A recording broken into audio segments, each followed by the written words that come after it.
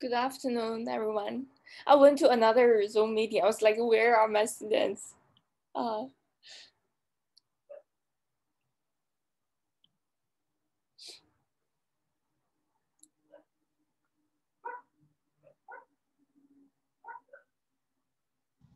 Professor. Yeah, hi.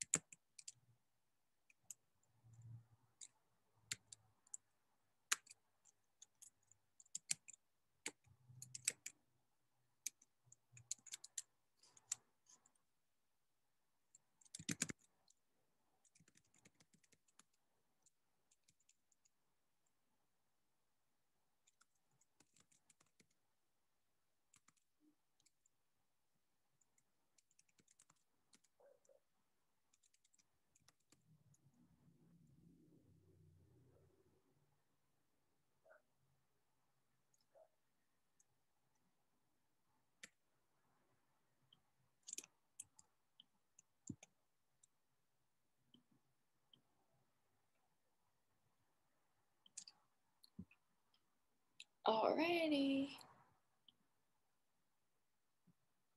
So we're gonna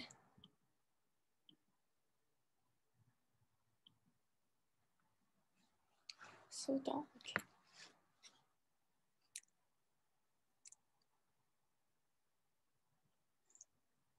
So I graded you guys the lab report for measuring little g. I was like very surprised. There few students they submit very nice, very neat lab report. Let me see if I can find them.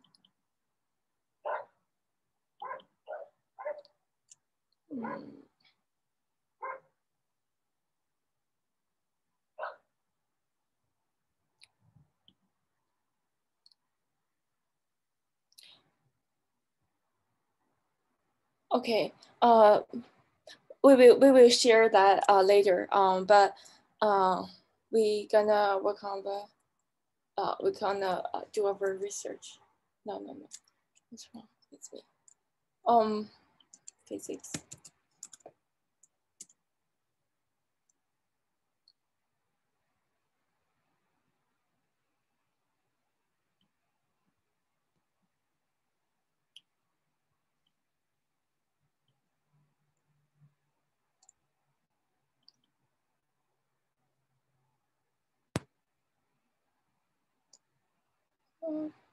Is Mumino Hassan here? Can I share your lab report to the class? Hassan, can I share your lab report to the class? Maybe. I think Mumino is not here. Okay.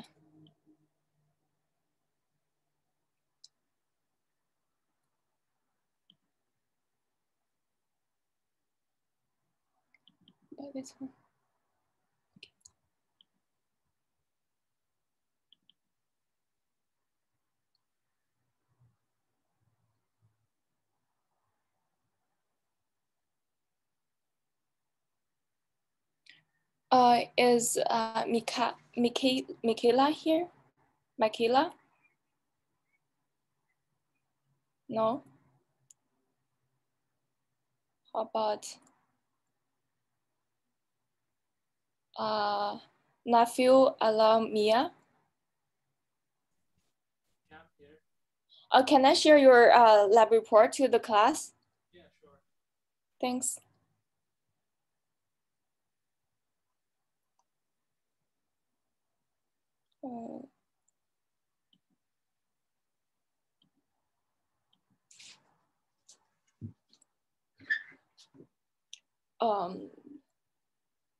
So I think Mia had a very nice lab report. So you see the introduction. I know some students still confused about how to write a lab report. So you see the introduction, just a very brief introduction, and the procedures, what he did. So in the future, I think the procedures you can simplify the procedures because from our menu, you can see the step by step. It's very clear. So you don't have to repeat that. But I also appreciate that if you can write your procedures here. And then this is part 2 and the results. See, he give us he listed his table, and he also answered the questions. You see, he listed the question and the answer below. Just very clear. Some students may answer the questions but didn't list the question. So it's kind of confusing. I don't know.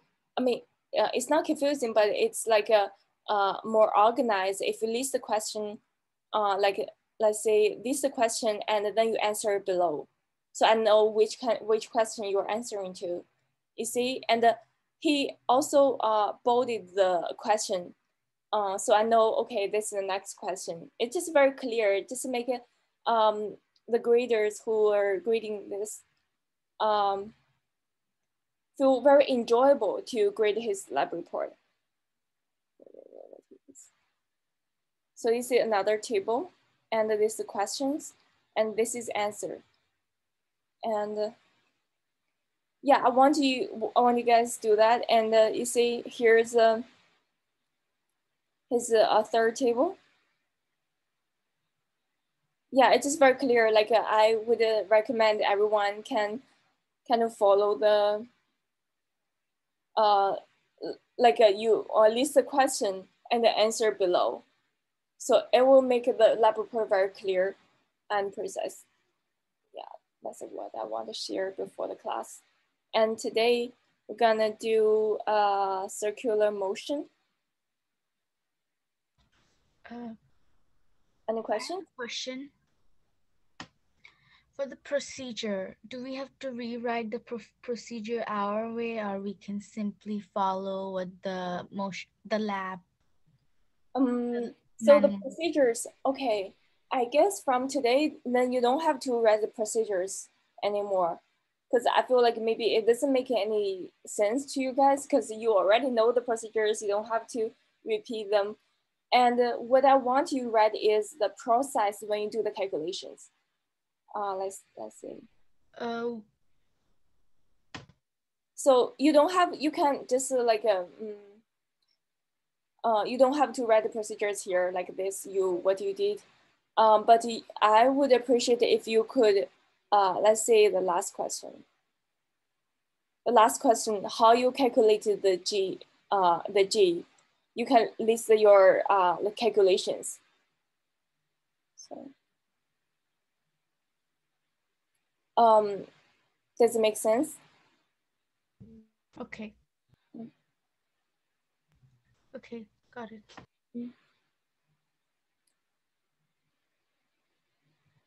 So, just, okay.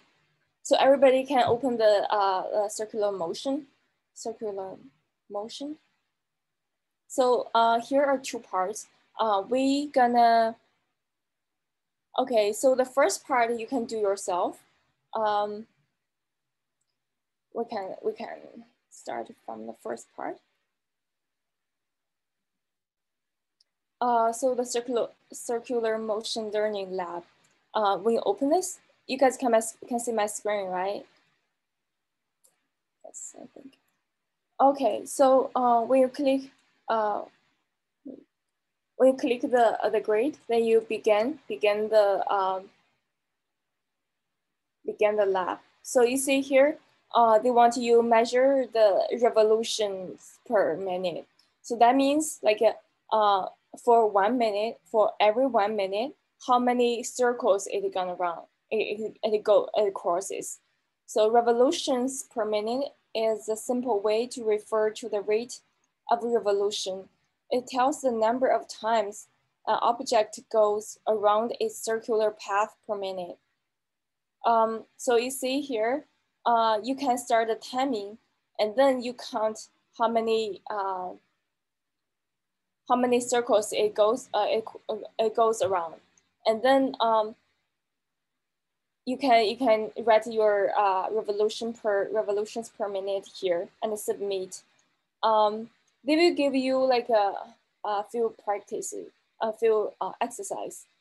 Verify that you understand the term by using the stopwatch to determine revolution per minute value for the object moving in a circular path shown below. When you think you have found your RPM, submit in the box below.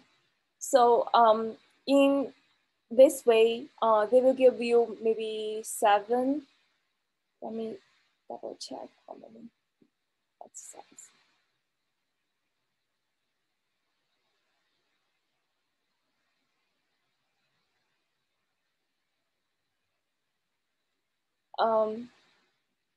So in this the part 1, you will have few exercise. You can work on that, and then if you accomplish all the exam, no, not exam, the exercise, then they will give you a certificate. Then so for the first part of this lab, you just submit your certificate. You don't need to write anything. Just show me the picture, the screenshot will be fine. So like a little boomer about this is you have to make it, you count correctly before you go to next step. We can start working on one of them. So let's say I want to count from when the ball crosses this line. So 1,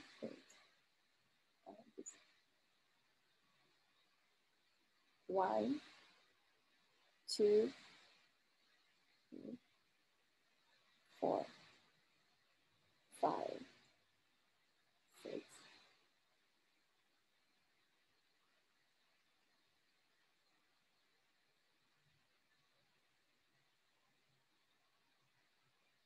12, 13, 14, 15, 16, 17, 18, 19, 20, 21, 22, 23,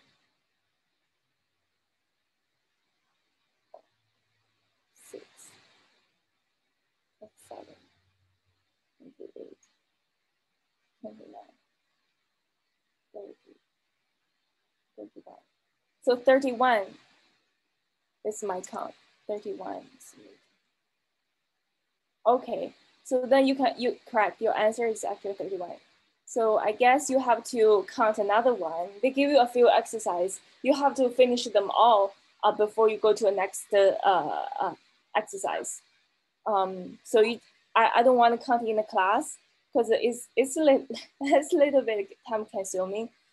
So this is for the first part. Any questions for the first part of the lab?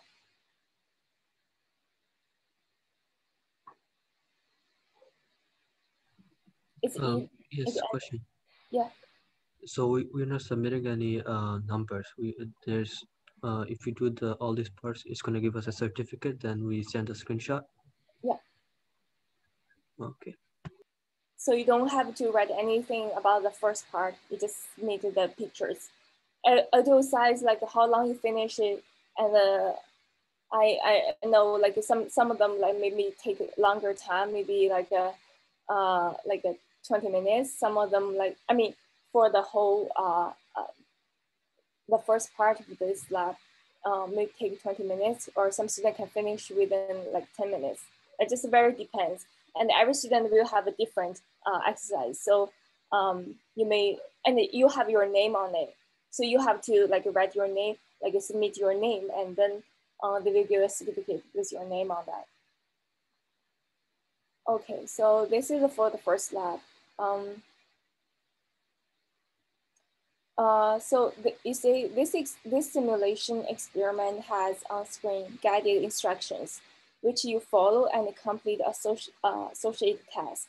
In order to get to the next round of simulation, there are 7 short sessions rounds of this experiment. So you will have 7 exercises for that. Take the screenshot of this completion certificate complete with your name and date, time of completion, and 8 rows of results. Include this screenshot in your lab report. So that's basically for the first part. Any other questions?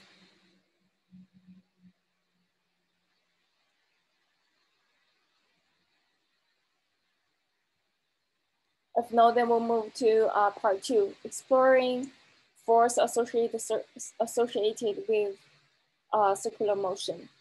So we're gonna study for centripetal force, FC. Did you like already learn from class about the centripetal force?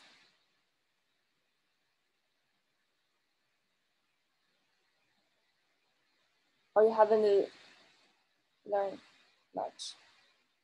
Do you know what a centripetal force is?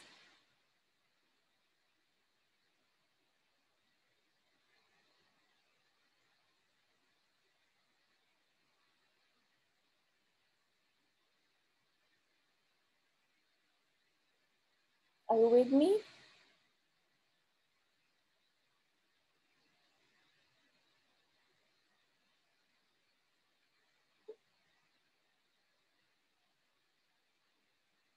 Okay, centripetal force, let me see.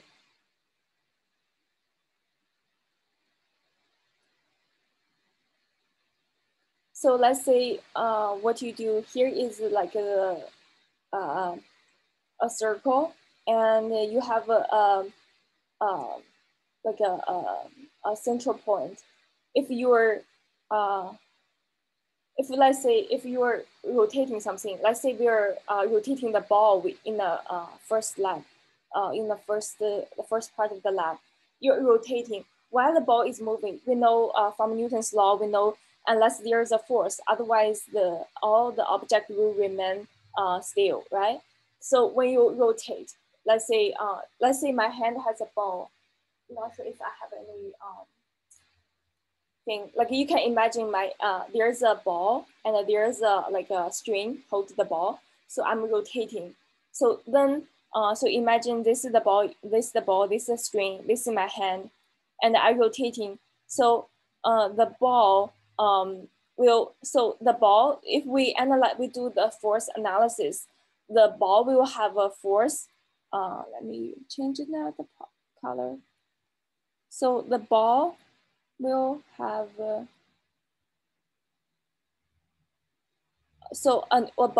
ball will have another force to the center to make it moving. So in this sense, in that sense, the ball is not like a so let's say we put the ball here. So the ball had the string holding it. So the string actually give the ball a pulling force to make it rotate. So this pulling force is centripetal force. So the equation for centripetal force is v squared over r, or equal to omega square r. You guys didn't learn this yet? Did you learn a little bit?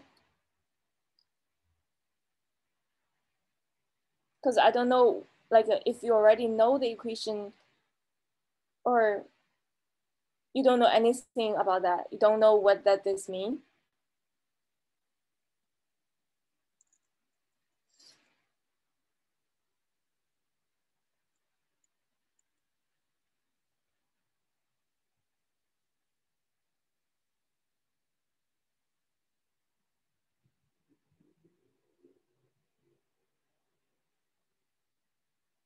Okay, look at, oh, I should share.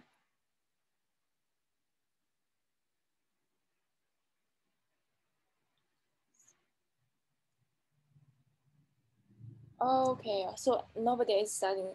Okay, now I know. Thanks. Let's see. So here are some equations. Okay, you don't have to remember those equations. I just tell you there when you are rotating something, it has a centripetal force. Like a so the force, like it is say this is position 1. So what if the ball goes to here? So the force is always to always towards to the central. So always. So this is centripetal force. So no matter where the ball is, where this small ball is, in this like a path, in this trajectory, and always the force always pulling towards to the central. Yes. And in the future, maybe let's say I remember there was like a thing in kindergarten, like it's rotating. Let's say it's rotating, and you can sit on there. And if sometimes you can just like get a third way, you know what I'm talking about? Like something you can sit on there, but it's rotating. And when the speed is very fast, the speed goes fast, you can just like fall out. Because when the speed is faster, um, the speed is faster, the force is faster. But the only reason you can stay here is your static friction. So the static friction is fixed. So when the force is bigger, then it just like you cannot like you just fall out.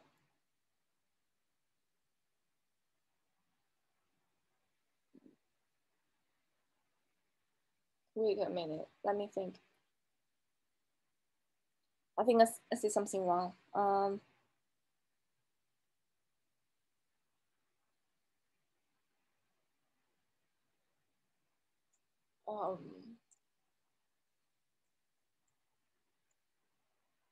Wait a minute. I think it's centripetal force is someone like it's on the edge.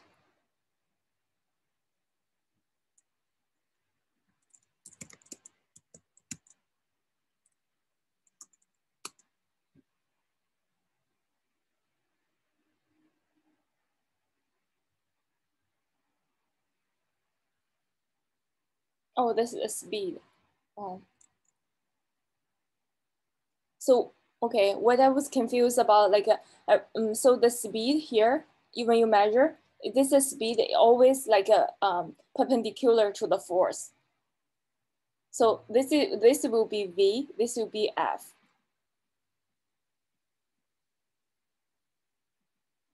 Change another color. So you see, here's the F.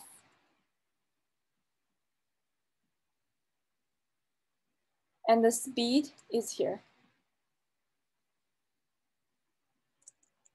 So that's the way when you calculate the V, mv squared over r. So omega here is the angular speed. So it measures like your, let's say how much time like you rotate. So V equal to r omega. So basically this is speed we normally see, and this is speed to measure angulars. So when you cross the certain angle, this is speed to measure the angles. And then if the angular speed times r, it's the speed. But don't worry, you wouldn't use a lot of from this. You don't need a. So if you understand this, you know where the centripetal force is, where the speed is, and you will be good. So it doesn't require you a lot of background knowledge to conduct the lab for today. Let me share my screen. Okay, so here's the second lab. Just feel free to stop me if you have any question or you feel like you are not very clear about what I say. So we're gonna do the circular force. For this lab, you will be looking at the force necessary to hold a Hoover disk in circular motion based on the speed of the disk, the radius of the circle, and the mass of the disk. Click on the begin button below to start the lab. So you see here, this is the central force. Why we call this central force? Because when the disk is rotating, and this force, the force probe equal to the centripetal force towards this way. You see this on the same string, and just change the direction, right?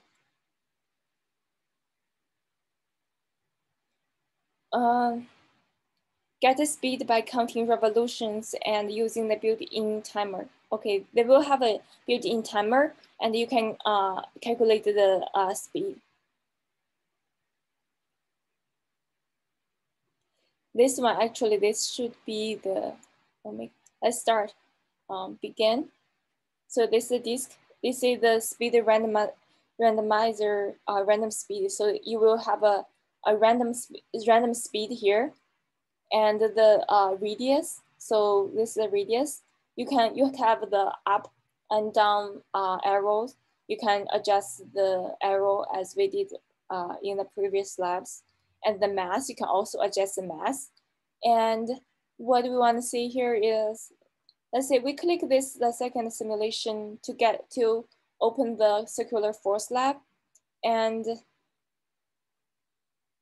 read this on-screen information on what this simulation experiment explores in the circular motion, and read the instruction on how to adjust simulation variables of moving or rotating mass, rotating velocity, and the radius of the stream. So here are three different variables we can change. One is about the mass, another is the speed, the third one is the radius. So you can adjust those.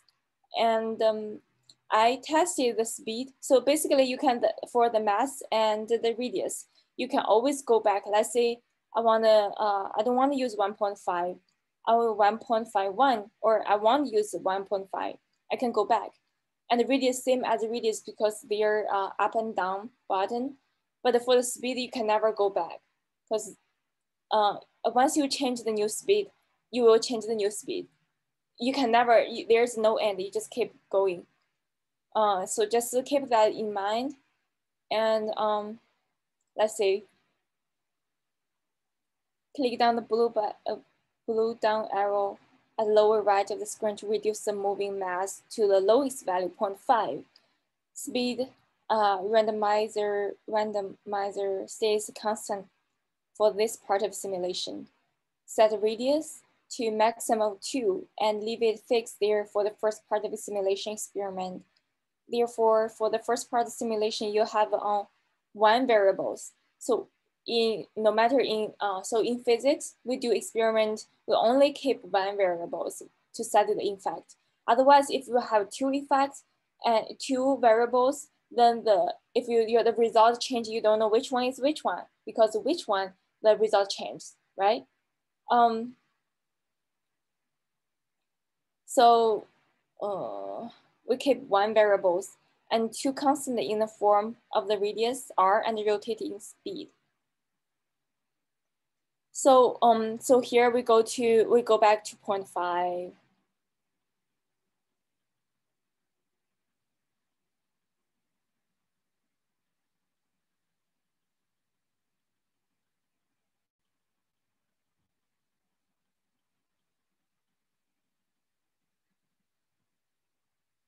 Okay, this 0.5 mass speed, we use the first one for now, and the radius go to 2.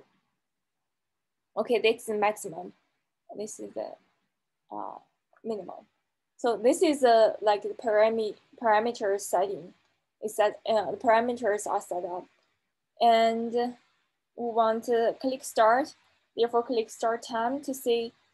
As say, when moving blue radius line, just cross the broad dark lines at 9, 12, 3, 6 p.m. Could count the number of revolution in order to determine the periodic time. Use say 10 or 20 rotations as opposed to 1 rotation to determine periodic time. So you just count.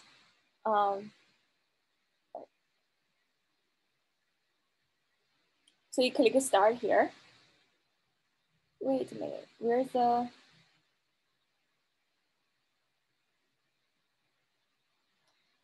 So you see it's rotating. And here you can start timer. It's start timing on the time. So what you want to know here is, you see here's the table, the radius. You can record is 2. And rotating speed, V equal to R omega, 2 power over T. So you have to find the periodic time. I don't see, oh, here, periodic time. And the moving mass is the only variables you can change. So we start with 0.5, 0.8, then you can just increase.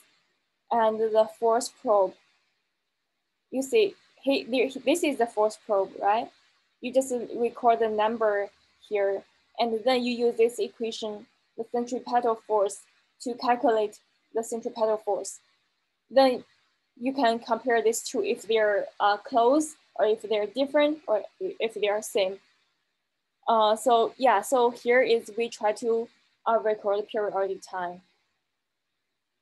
Periodic time is like how long does it take to finish one rotation. So you can count for 20 rotations, use a timer to count for 20 rotations, 20 circles. And then you use this time divided by 20. So you get 1 periodic time. Is that clear to you?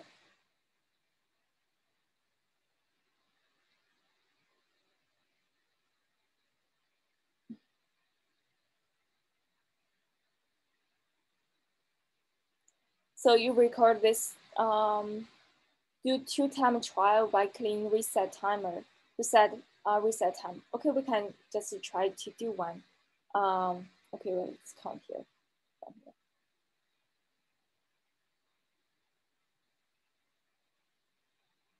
This is 1,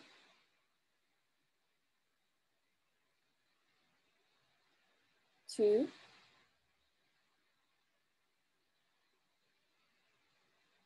3,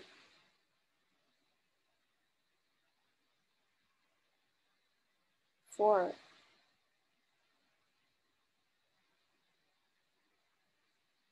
5,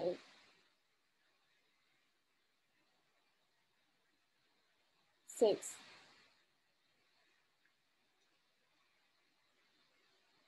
7,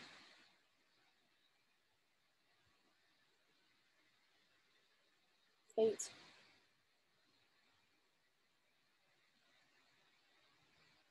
9,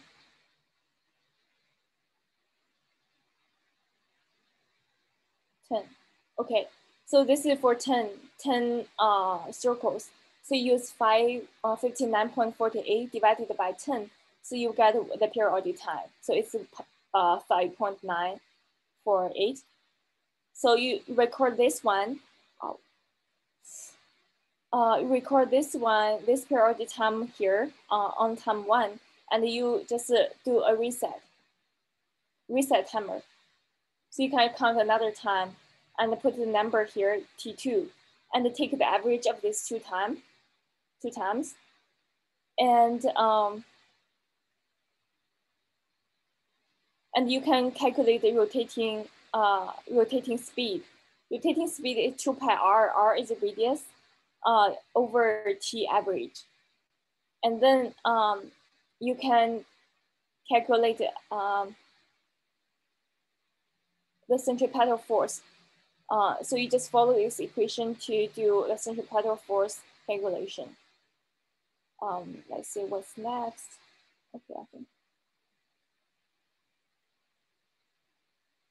Yes. So T1 will be 59 seconds divided by 10.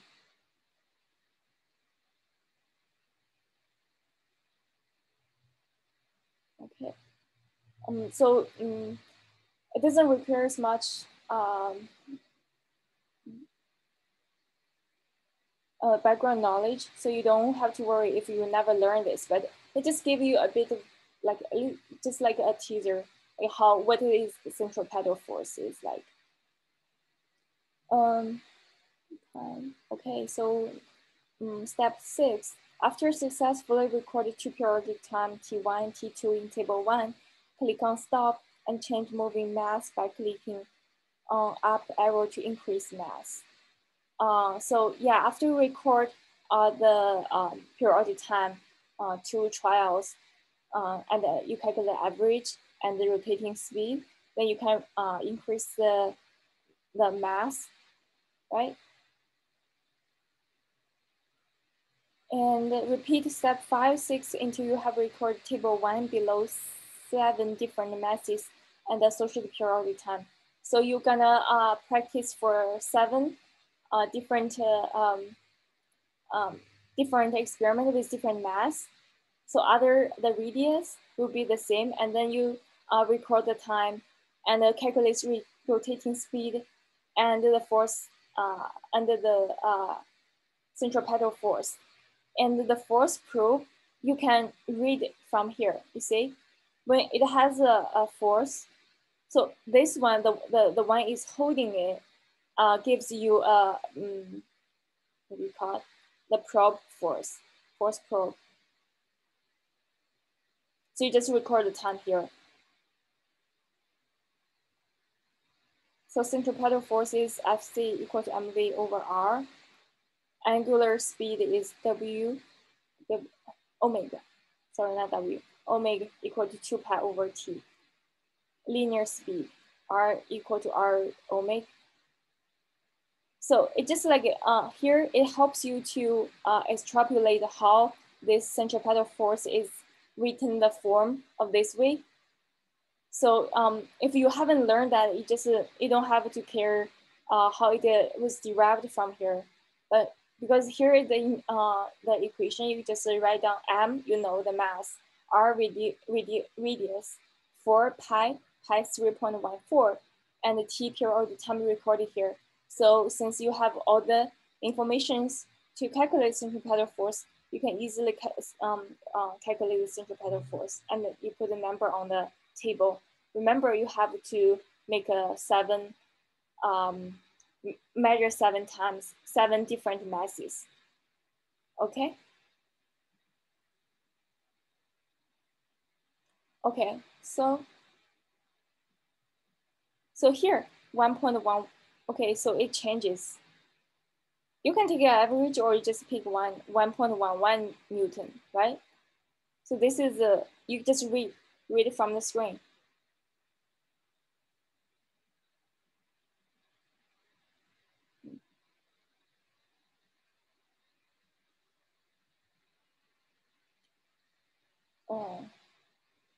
Yeah, another plot. Just remind me when you do a plot for last time, even 2 times ago, you have to include the original point to make the graph make sense. Otherwise, you're just measuring. I don't know what that is. Like if you're measuring different j, and different G, you use a line to connect all the dots. It doesn't have any meaning. You have to, so what I want you to do is just pick one dot. Let's say you have six dots. I did not ask you to connect all the 6 dots. Just pick one dot and connect to the original point 0, 0. That one, the slope gives you the G, the little G. It's not some lines is like that. You don't have a slope, and I don't know what that means. So in the future, so like you have to include the original point, but it doesn't I'm not saying like every time you have to include the original point, because it varies from questions to questions. But last time you should include from last time's report, you should include the little g from no sorry you should include the original point 0, 0, and then you connect to one point, one dot. Then you have a clearly linear, and you can tell the slope is a little g. Just close.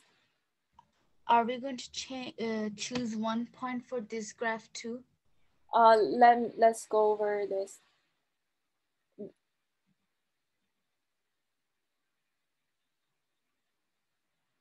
Yes.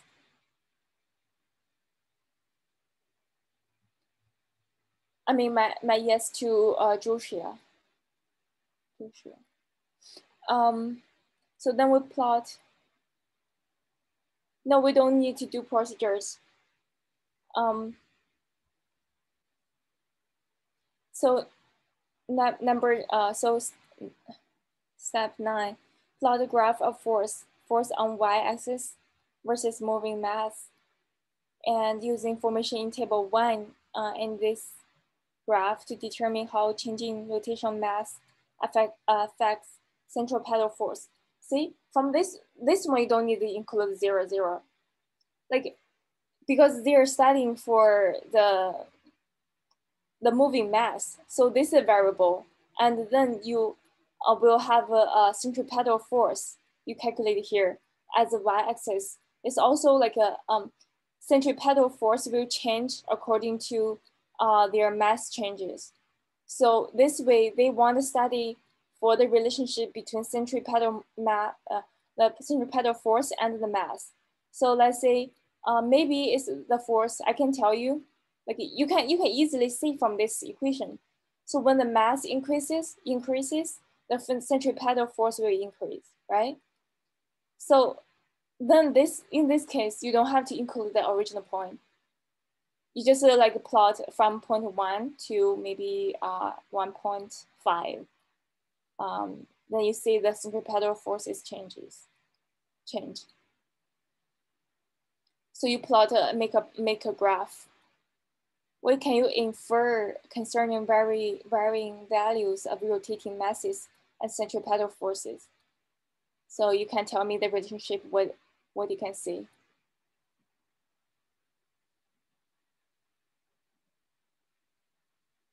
Step 10, for each force probe value you recorded table 1 above, there is a corresponding centripetal force Fc. Is there a difference in these two recorded values in table 1? What has contributed to the difference in value between the force probe and the centripetal force? Is that possible that these two values to be the same? Why or why not? So then, because you record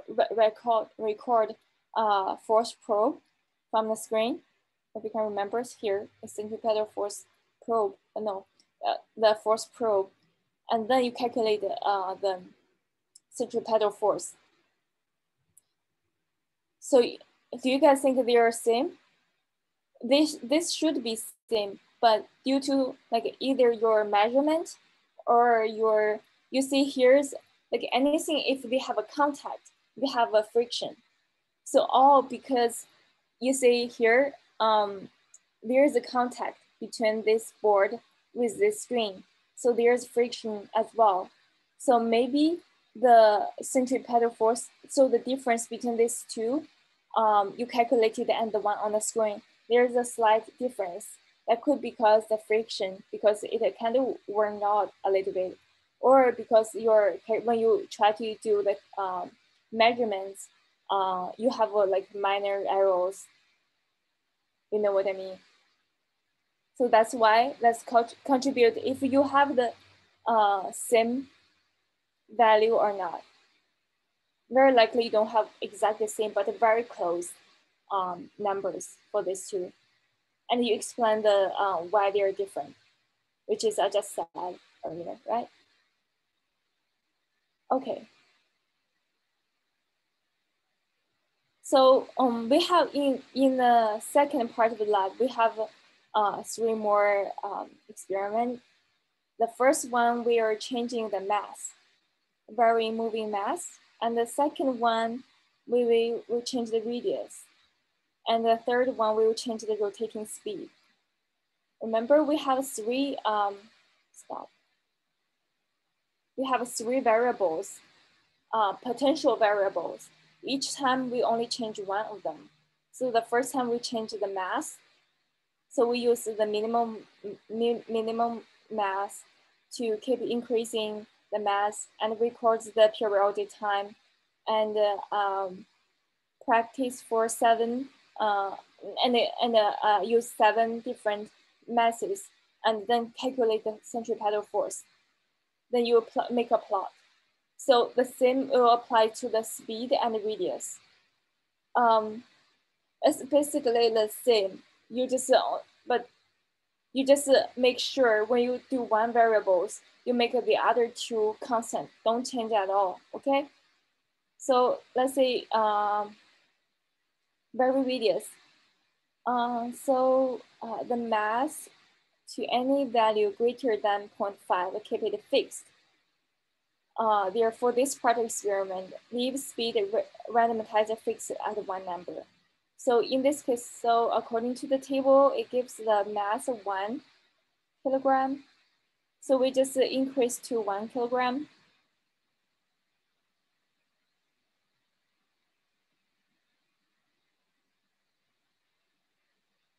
One kilogram, and the speed will remain the same, constant. And then we change the radius. So how are we gonna change the radius? Okay, to minimum value of 0.5 meter. So here we have a radius maximum 2 meters. We wanna change to 0.5. It's the minimum. So then we keep every time, then we do the same thing.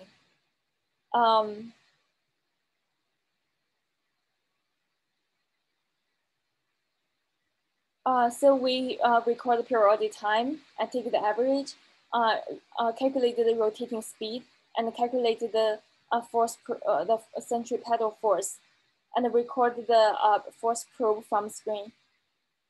And then, so you see radius is changing 0.5 to 1, 1.5, 2. So in this case, you only have 4. So because the 2 meters is the maximum radius, right?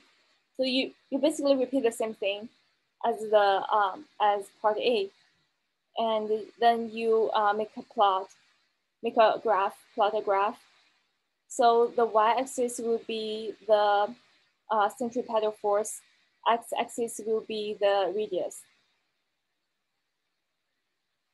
And this graph to determine how changing the radius affects centripetal force for circular motion. What effect does changing the radius have on centripetal force? So if you see from this, well, this one didn't have, oh yeah, it has. So you see this centripetal force equation.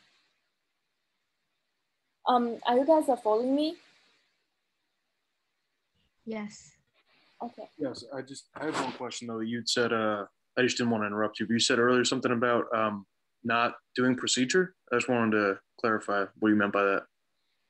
You don't have to, so if, let's say, you don't have to write your steps here if you are following the manual, but you will be required to show your calculation process. how you get these numbers. Let's say this one, FC equal to MR 4 pi square over T square. You just don't give me a number here, give me your result. You just like maybe list here. So you can list 1, 2, 3, 4. Then you say 1, centripetal force FC equal to M. What is the mass? What is R? What is 4 pi square over T square? Then you put all the number in there, and then give me a number. Give me a final number for centripetal force. So for part 2B, so you still want procedure for part 2, yeah, so for part 2B though, you don't want procedure, you just want calculations.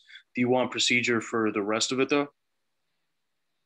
You mean the other labs?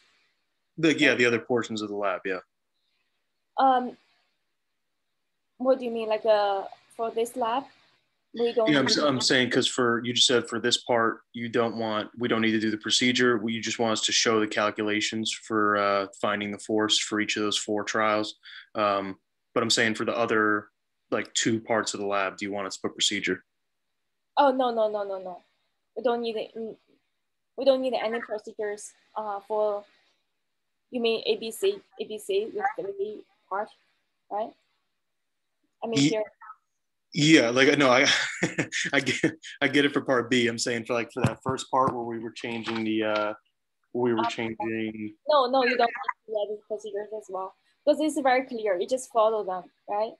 I don't want you yeah. So really, like, there's like no procedure for this lab. No procedures. Okay, you just want but do you want the calculations for just part B, or do you want the calculations for all? For all. Okay. So it also makes sense to me how you get those numbers, right? It also help me to help you to check if you made a mistake, where the mistake is made from. Any other questions? Am I too fast or I'm too slow? No, sorry, just one more question. And you just want the calculations for that last column for force. You don't want it for rotating speed? Rotating speed also lists the rotating speed. These 2 only need these 2, and so also calculations for. Yeah. And for every single run, or do you want us to just do 1 run per table? Every single round. Okay. Okay. Where we left. Okay, so here, so determine how the radius will change the centripetal force.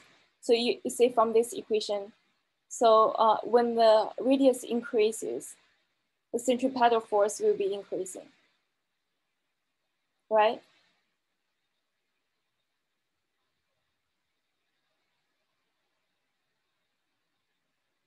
Well, you cannot see that because, let me see. It also depends on the periodic time. If the periodic time are same, then definitely when the radius increases, the centripetal force will be increasing. But if the periodic time is changing, you can only tell me when you conduct your experiment.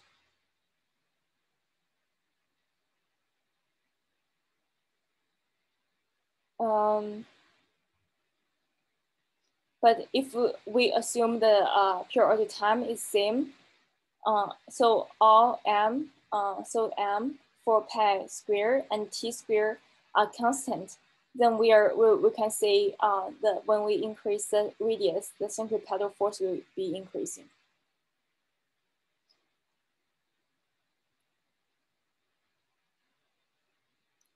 Another part is rotating speed. So you keep the radius as 1, moving mass as 1, and then you change the speed. You see, here's the button new speed. You can change to different speed. Let's see, okay. Make it bigger. 1. So this is the 1. Then you try to change a different speed. You can see the difference. Let's start now. This is, okay. the force probe is 28 something. Let's say I change it to another speed 3. It's 38 something, right? So it's changing. You just record the, try to record the time, the periodic time, and do the calculations. Any questions for these 3? It's basically the same steps. You just, every time you just remember to change one variable, keep the other 2 constant or fixed. Then you plot a graph. Then you plot a graph of force, Fc over rotating speed.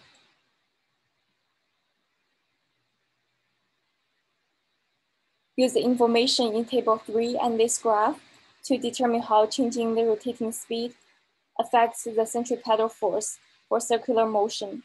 What effect does changing the rotating speed have on the centripetal force? So in this way, they want you understand the centripetal force and the relationship between centripetal force and the speed. Let's say go back to here.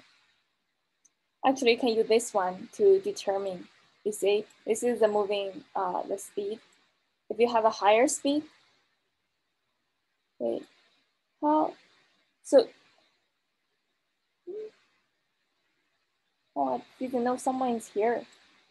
So when you're changing the speed here, let's say you have a faster speed, then centripetal force will increase because M and R will be constant, right?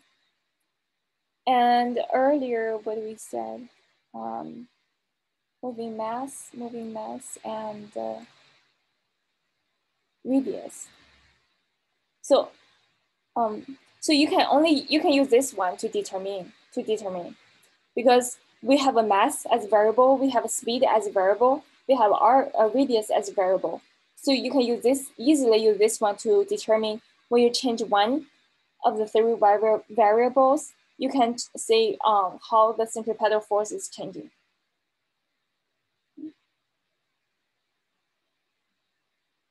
Any questions?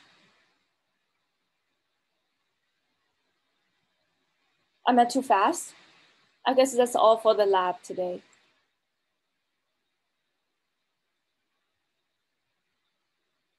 So if you have any questions, just ask me some questions.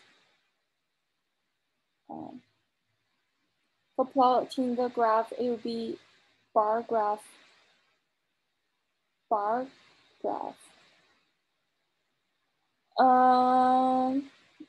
No. You can make a scatter. Scatter, then it will give you a linear, I guess. Not a bar.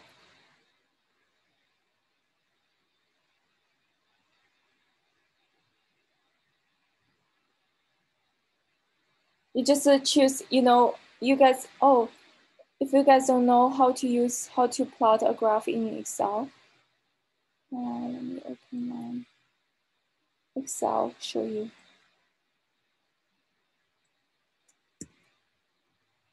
Okay. So if you can use Excel, let's say 1, 2, 3. And then let's say it's 4, 5, 6, 7.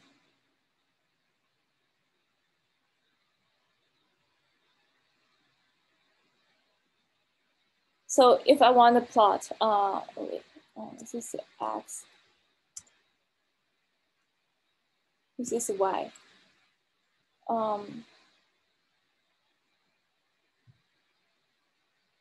So I select them and you say insert. You say insert, and then you have a scatter. SY scatter, or this one is line. Okay, it's a line. Wait.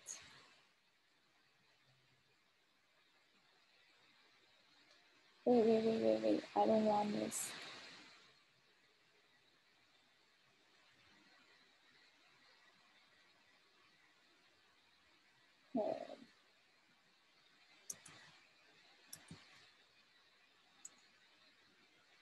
X, Y. Select them and insert. Should be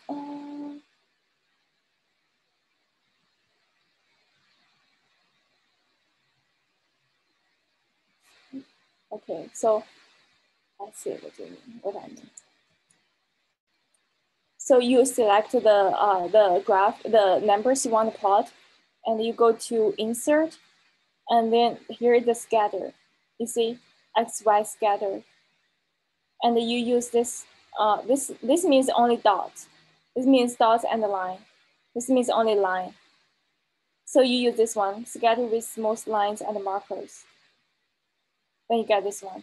So the Y is Y-axis, and the X is X-axis. Any questions?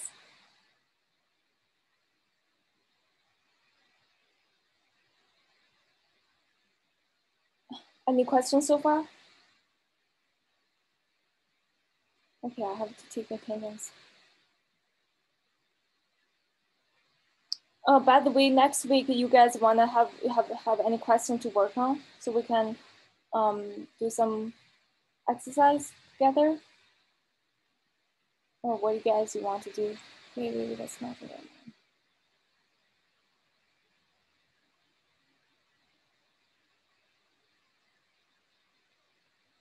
I think next week is spring break. Oh, sorry. Yeah.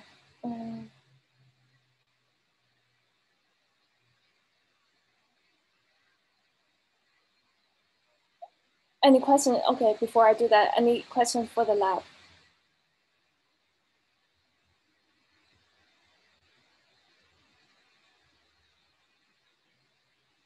No more. But if you can always feel free to write me email to ask. But I highly recommend you can watch this recordings. I'll post on the YouTube later. Yeah.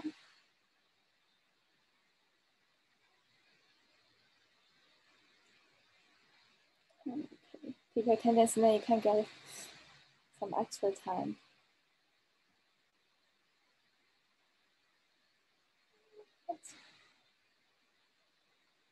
Where's my...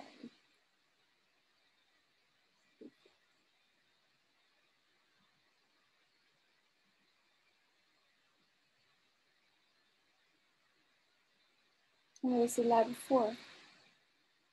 So fast. So we is here. Huh? Are you hearing me? Yes, I can hear you. Yeah, I was having some internet problems, so I was being kicked in and kicked out of the session every minute.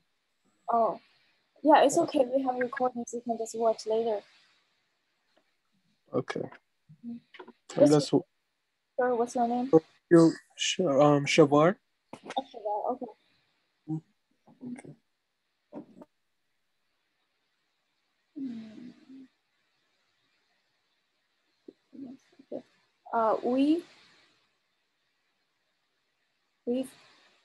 Sorry, maybe I mispronounced your name. Makila, Miss Makila. Here. Mr. Chong. Sorry if I pronounced wrong. Here.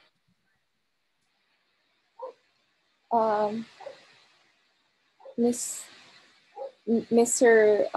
Talkier.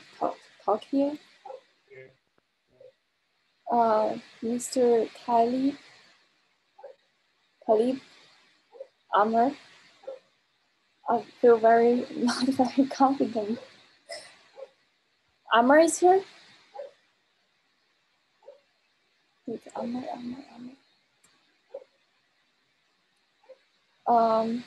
Windsor is here. Bujar? I'm here. Camel is here? Camel Robinson? Mr. Robinson? Professor, a student said in the chat that the microphone doesn't work. Amir Talib, I think. Yeah. Oh, He said he's here. His mic is not working. okay, so Camel, right? Not him. Amir Talib. Row 34. 34. Okay. Oh, you're Camel, right? No, I'm not Camel. I'm someone else.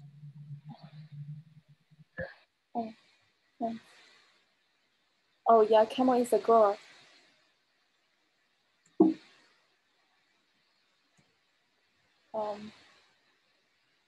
Shiver is here. Mr. Ortega. I'm here. Sorry. Oh, sorry. Mr. Musa. Wait, this is the last name, right? Musa is here. Hi, Musa.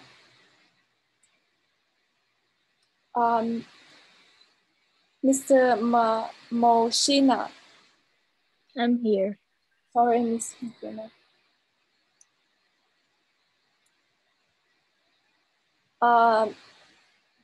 Mr. Mia. Sorry, I really don't know the gender. I'm just guessing. I feel so bad. Sorry. Mia. Matthew.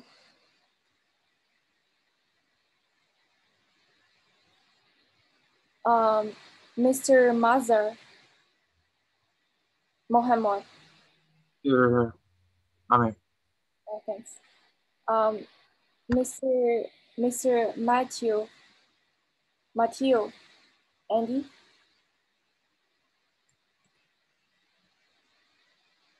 Let me see where the chat is from. I'm so nervous. Check. So if someone answered in the chat, please let me know.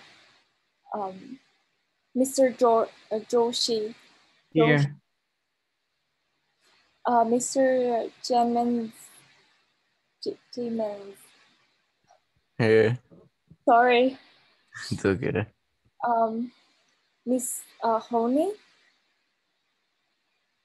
Ali. Mr. Haynes. Jack. Here. Here. Sounds here. Miss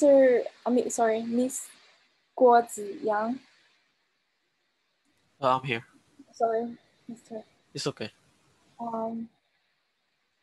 Mr. Go. How to say that? So Mr. Mark is here. I'm here. It's Joe Lai. Joe Lai. Thank you. Peter is here. Is Peter here?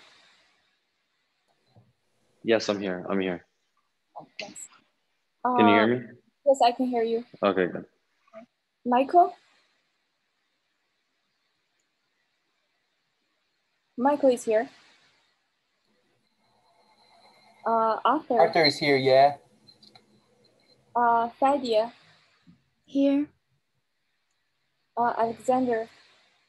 I'm here. Yasin. I'm here. Tyson Anika. Tyson Anika is here? No, oh, maybe I should make this line. Last time maybe she dropped this class. Maybe it's not here.